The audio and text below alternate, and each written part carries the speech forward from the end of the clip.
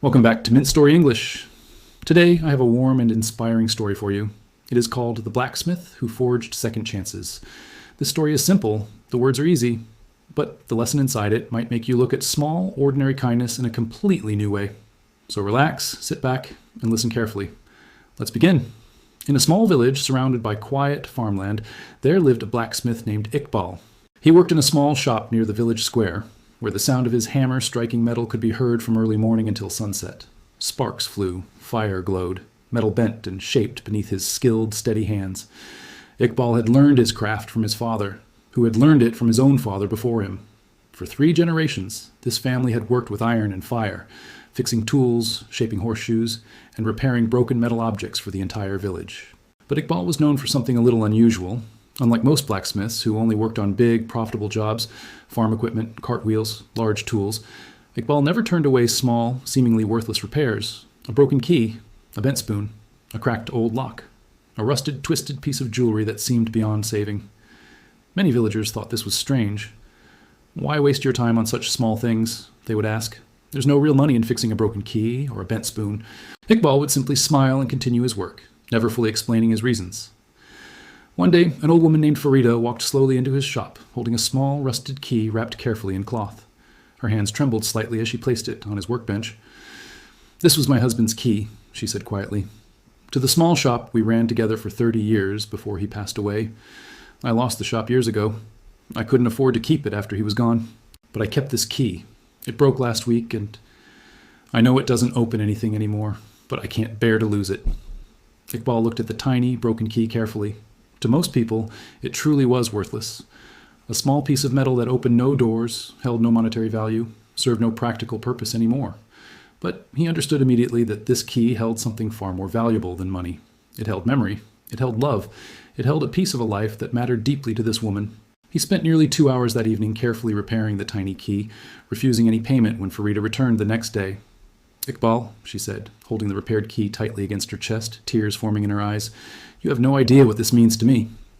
But in truth, Iqbal understood completely, because he too carried a story of his own.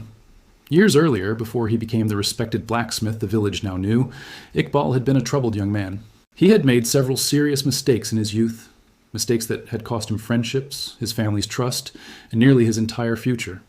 During that difficult time, an old blacksmith in a neighboring village had taken him in despite his troubled reputation, and had taught him this craft patiently, believing in him when almost no one else did. That old blacksmith had once told him, "Iqbal, everyone deserves a second chance, whether they are a person or simply a small broken object that still holds meaning. Never assume something, or someone, that is beyond repair, just because others have given up on it." Iqbal never forgot those words, and so, throughout his career, he made a quiet, personal promise. He would never turn away a small, broken object, no matter how insignificant it appeared to others, because he understood that sometimes fixing a small object was really about giving someone a piece of their story back. Word of Iqbal's kindness slowly spread throughout the village and beyond.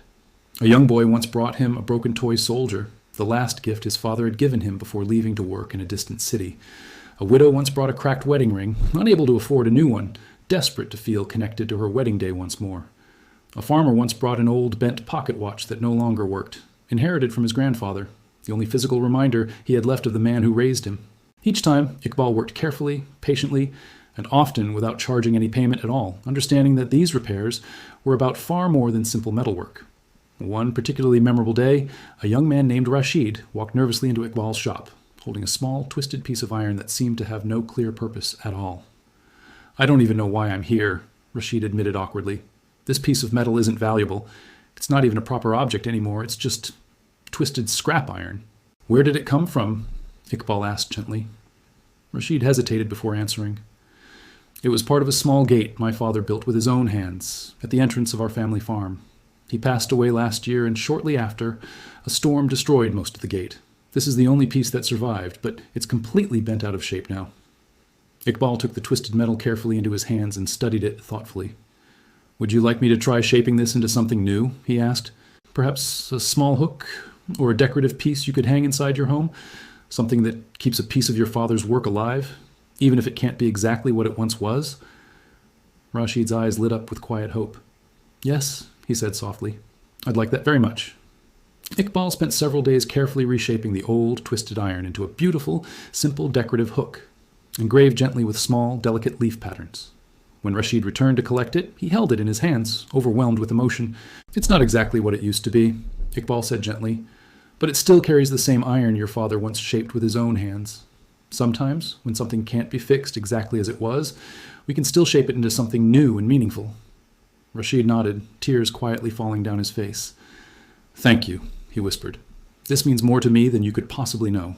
As the years passed, Iqbal's small shop became known throughout the entire region, not simply as a place where metal was fixed, but as a place where broken pieces of people's lives found new meaning.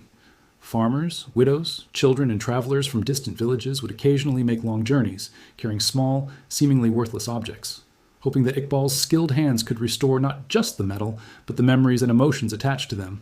When villagers asked him why he continued this practice, even when it brought him little financial reward, Iqbal always gave the same gentle answer.